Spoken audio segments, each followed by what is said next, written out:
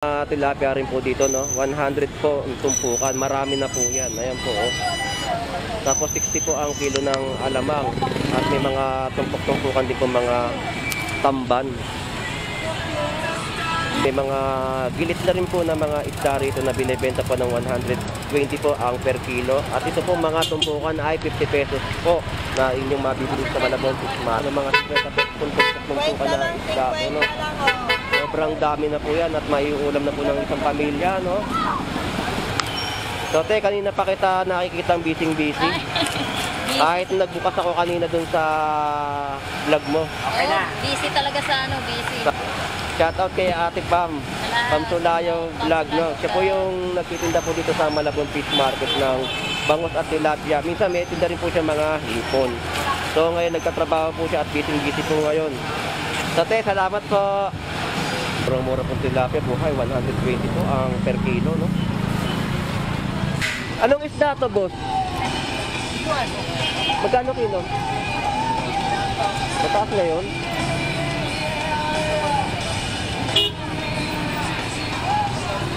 What's up?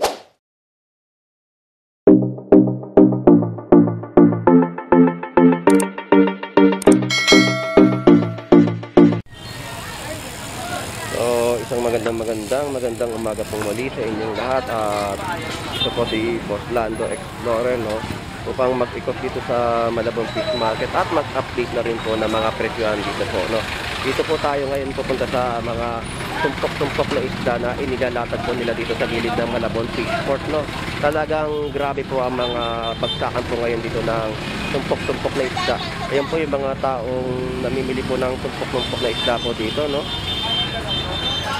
Yan, mga salay-salay po, no? 100 pesos po ang tumpukan. Ang kilo po ng salay-salay ay 160 kada kilo.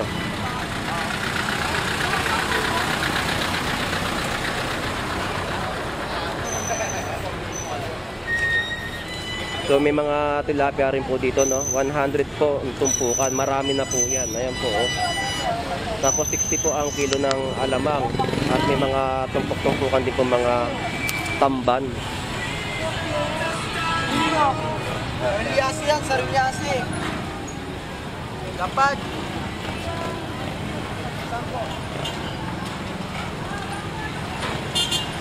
ito po yung mga tumpukan po ng dilis, no? Sa halagang 50 pesos. Tapos may mga gilit na rin po na mga isda rito na binibenta po ng 120 po ang per kilo. At ito po mga tumpukan ay 50 pesos po na inyong mabibili sa Malabon Fish Market. So mayan po yung mga tumpukan po natin dito. Sobrang panalo po at marami po. 50 pesos at 100 pesos po ang tumpukan po ng isda dito, no? Ayan, 50 pesos po ang tumpukan ng bigaw. 100 pesos po ang tumpukan pa rin po ng bigaw. Ayan po. So ito sir, alam mo. So ayan po yung mga tumpukan po dito, no? Mga presyo po at nakikita natin na murang-mura po yung mabibili sa Malabon Fish Market. So salmon, dito pa meron pong tindang salmon, no? 100 po yan ang tumpukan.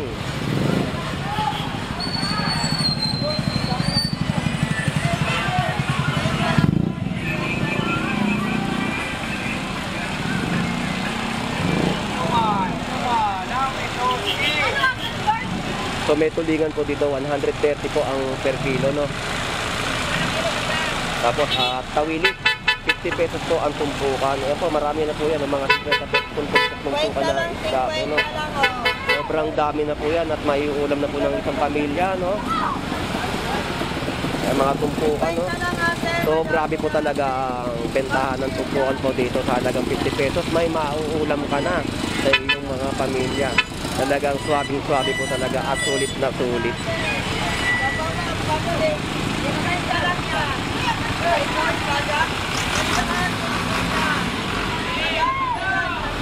Pasok ka na yan, guys.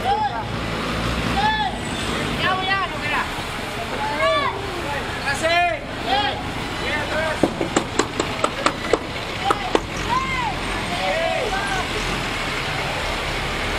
Kuya, kung may gadyo doon. Yung gadyo. Ya, panja. So dito po may tumpukan po pandaing na bangus, 100 pesos po ang tumpukan.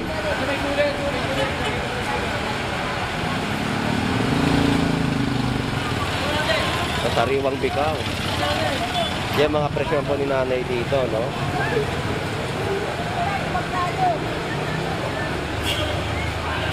Tapos dito po meron po 140 pesos po ang kilo po ng bangus na pangdaing. Kay Ate Pam Sulayaw Vlog, no? Tinda niya po yan dito sa Malabon Fish Market. At tilapiyang Batangas 100 po ang per kilo. So te, kanina pa kita nakikita ang busy-busy.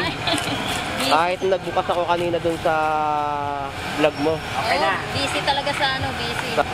Shoutout kay Ate Pam.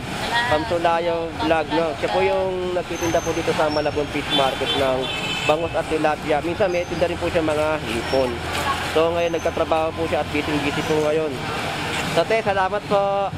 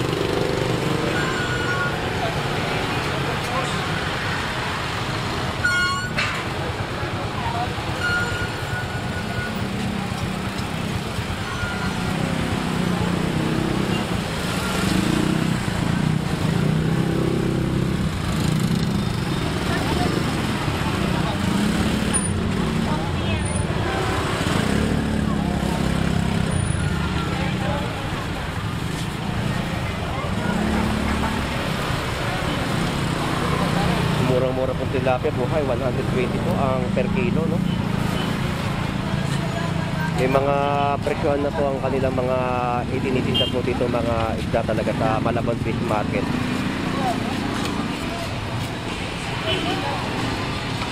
Anong isda to, boss? Magkano kilo? Mataas na yun?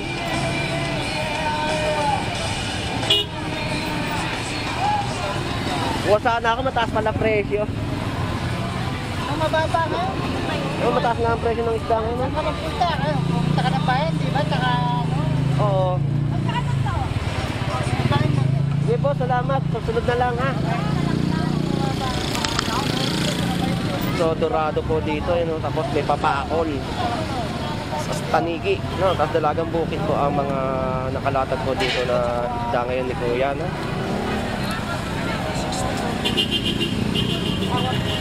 So, maraming talagang isda ngayon pero medyo mataas po ang ibang presyo. Iba naman po, mababa naman din po. Hindi po nagkakatugma ang mga presyo po ng isda dahil madalang po ang mga naibababa. Pero kahit papaano ay may naititinda pa rin po sila dito sa Malabon Fish Market, no? Talagang sulit na sulit talaga yung pamimili. Naglalaro ang mga presyo po ngayon ng mga isda at hipon ngayon sa Malabon Fish Market, no? Shoutout sa iyo, idol. Ang daming kalamansi.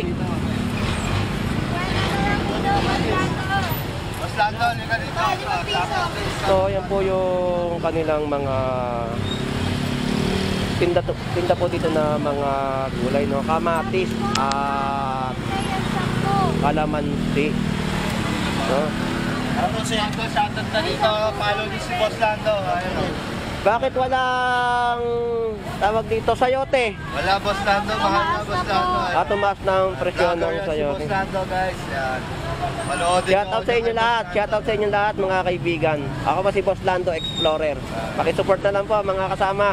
Shoutout sa inyo lahat. Boss Lando Explorer guys. Yan. Follow niyo siya guys. Yan.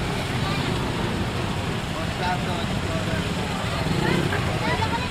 Ay, kita niyo ako lang. Boss, salamat. Boss. So dito rin po may mga gulay po sa katabi ni Idol, no? Shoutout po sa iyo, nanay. Hello po, hello po. Na rin lang, pa-extra. Salamat po. Linis, diba? Lahat nakasampa.